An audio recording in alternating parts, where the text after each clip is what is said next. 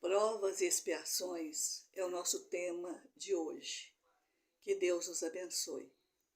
Que possamos sentir a presença de Jesus ao nosso lado, trazendo paz e alegria aos nossos corações.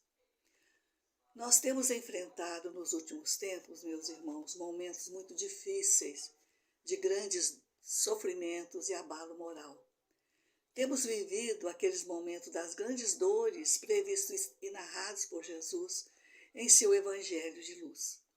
São tantas as novas enfermidades desafiando a ciência, assim como um grande número de desencarnações coletivas. Vivemos uma fase de grande desequilíbrio moral e de grande desamor.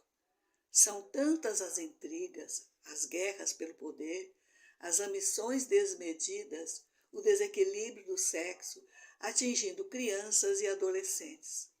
É tão grande a violência, onde tudo é válido quando se trata de bens materiais, onde a preocupação da grande maioria está em ter, em possuir e não a de ser uma pessoa melhor. De ser alguém que tenha coragem de construir dentro de si as riquezas do Espírito, conforme nos ensinou o Mestre Jesus. Aquela riqueza que o ladrão não rouba e a traça não consome, ou seja, a riqueza do bem, a prática do amor. A luta que se trava dentro de nós é tão grande que nos sentimos muitas vezes abandonados por Deus e sentimos o desejo de fugir da vida, abandonar tudo, porque nada podemos fazer.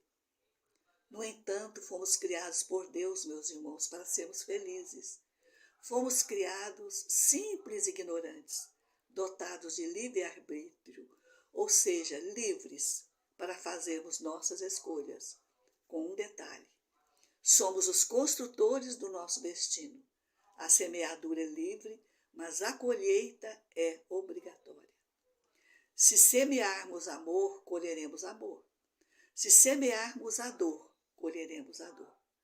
Por isso, precisamos conhecer o verdadeiro sentido da vida. Não estamos aqui na Terra por acaso. Estamos aqui para evoluir, para construirmos a nossa felicidade através da prática do perdão e da construção do amor.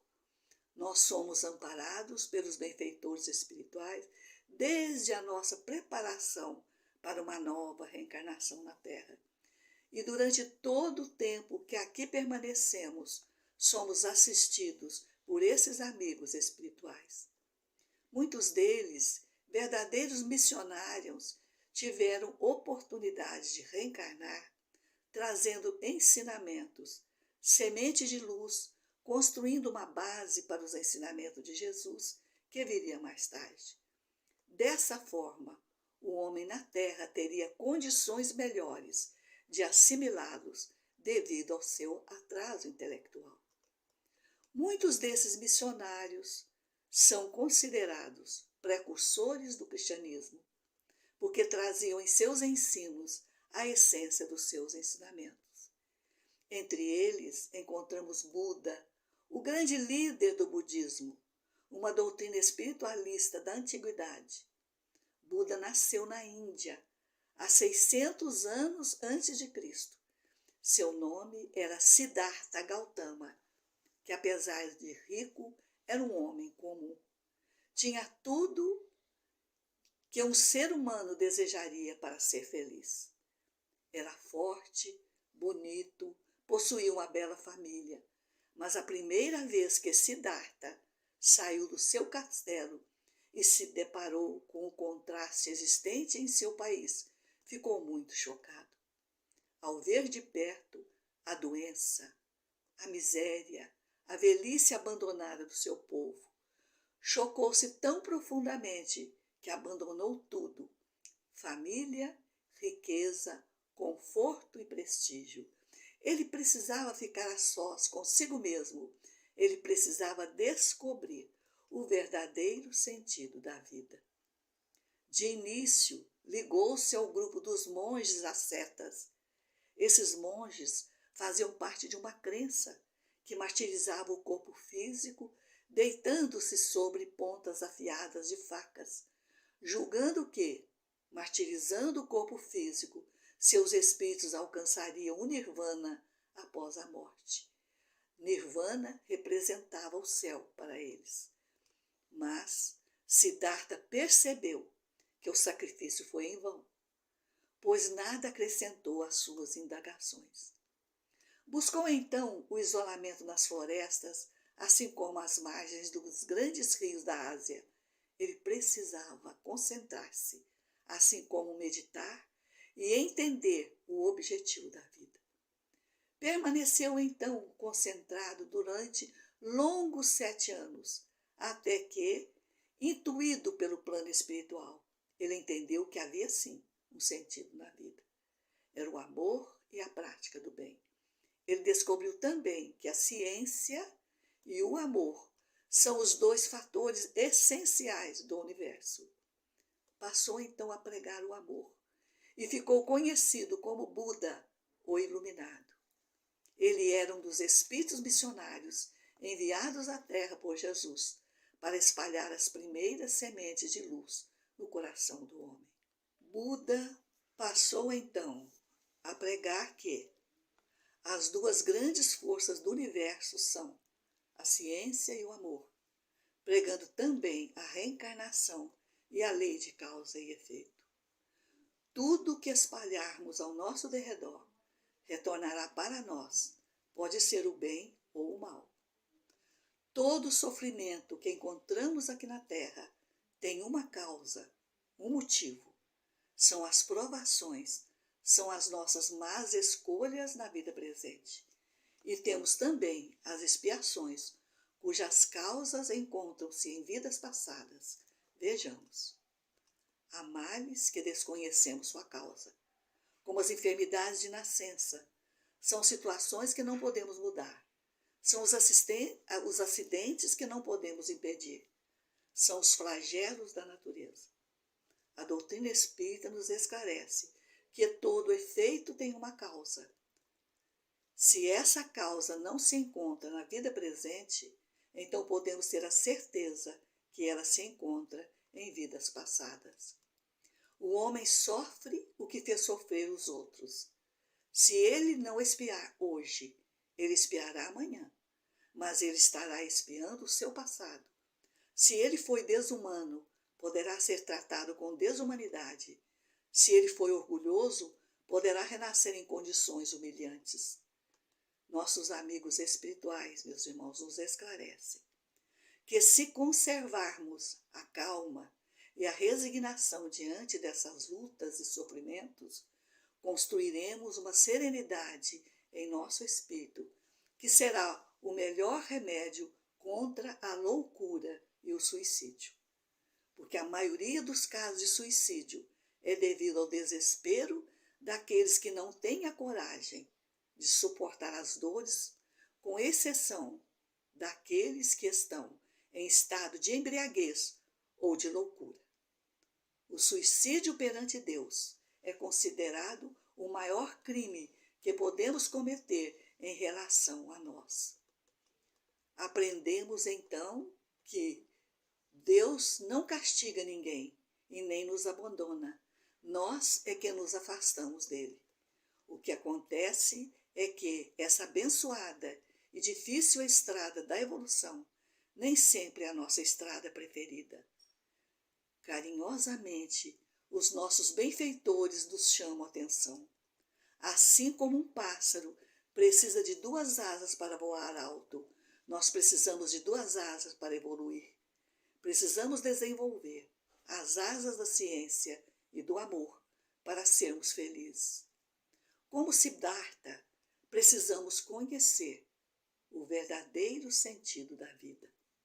E nós, espíritas cristãos, temos o conhecimento disso através dos Espíritos da Verdade, quando nos esclarecem no Evangelho segundo o Espiritismo a respeito de uma conversa de Jesus com seus discípulos. Podemos encontrar esse assunto também na Bíblia, no Evangelho de João, capítulos 14, 15 a 17 e 26. Foi justamente em um determinado momento em que os discípulos de Jesus estavam muito tristes e aflitos ao tomarem conhecimento de que Jesus seria preso. O mestre procurava acalmá-los, dizendo: não vos deixareis órfãos, eu vos enviarei um outro Consolador, que dará continuidade e clareza aos meus ensinamentos, e ele permanecerá para sempre convosco. Esse Consolador por Jesus é a doutrina espírita. É a ciência nova que vem revelar aos homens a existência do mundo espiritual. É a chave, com o auxílio da qual tudo se explica de modo fácil. E essa doutrina consoladora poderá nos socorrer em nossos momentos de dúvidas e aflições. Quando não conseguimos compreender como pode um Deus amor, perfeito e justo, permitir que seus filhos sofram para serem felizes, mas a doutrina nos diz que não é Deus que nos castiga. Deus é amor, e nada existe fora desse amor, conforme nos esclarece o Mestre. Nós é que criamos a dor através das nossas más escolhas e das infrações nas leis divinas, através dos vícios, dos excessos que nascem do nosso orgulho, da nossa vaidade. É nosso apego exagerado à vida terrena. E com isso, lesamos o nosso corpo físico, como podemos lesar o nosso fígado por excesso de bebida. Podemos lesar o nosso cérebro por excesso de bebida e droga. Podemos lesar o nosso coração pelo excesso de mágoa e rancor. Podemos lesar o nosso útero pela prática do aborto. E quando retornarmos à parte espiritual com essas lesões, sofrendo as consequências do abuso praticado, a única forma de quitar a nossa dívida é buscarmos a cura através da reencarnação. E tendo também o conhecimento de que poderemos chegar aqui na Terra com as mesmas lesões no corpo físico, porque essas marcas já se encontravam na matriz do nosso perispírito, que é o nosso corpo espiritual. Nós somos os construtores do nosso destino, meus irmãos. Precisamos construir uma vida mais feliz para nós, mais leve, através da nossa reforma moral. Através dessa reforma, teremos ao nosso lado os benfeitores espirituais, sempre generosos, nos oferecendo ajuda e proteção. Encerramos, então, o nosso estudo de hoje com as palavras de uma benfeitora espiritual, Maria Dolores, que nos traz palavras de fé em seu poema psicografado por Chico Xavier. Em palavras de fé, ela nos diz: nunca te des por inútil, mesmo em ação de alto nível. Não afirmes impossível, nem te digas sem valor. Deus em ti é a própria vida, mantendo-te instante a instante, em doação incessante, por fonte viva de amor. Não és um astro, no entanto, tens a força estranha e bela de acender a luz da vela, dissipando a escuridão. Não inventaste a semente, nem a romã cetinosa, não sabes tecer a rosa, mas podes assar o pão. Não fulguras, qual brilhante, nem tens a força do vento, em redemoinho violento, quando ruge a destruir, mas tens o conhecimento de quem guia a natureza, exterminando a tristeza do dom de fazer sorrir. Não esmoreças no mundo, trabalha, ajuda e esclarece. Tens o verbo, a voz, a prece, são sem conta os dotes teus. Ampara, acalma e perdoa, qualquer migalha do bem é bênção do amor de Deus. Que Deus nos abençoe, meus irmãos, nos ilumine e nos proteja na luta de cada dia.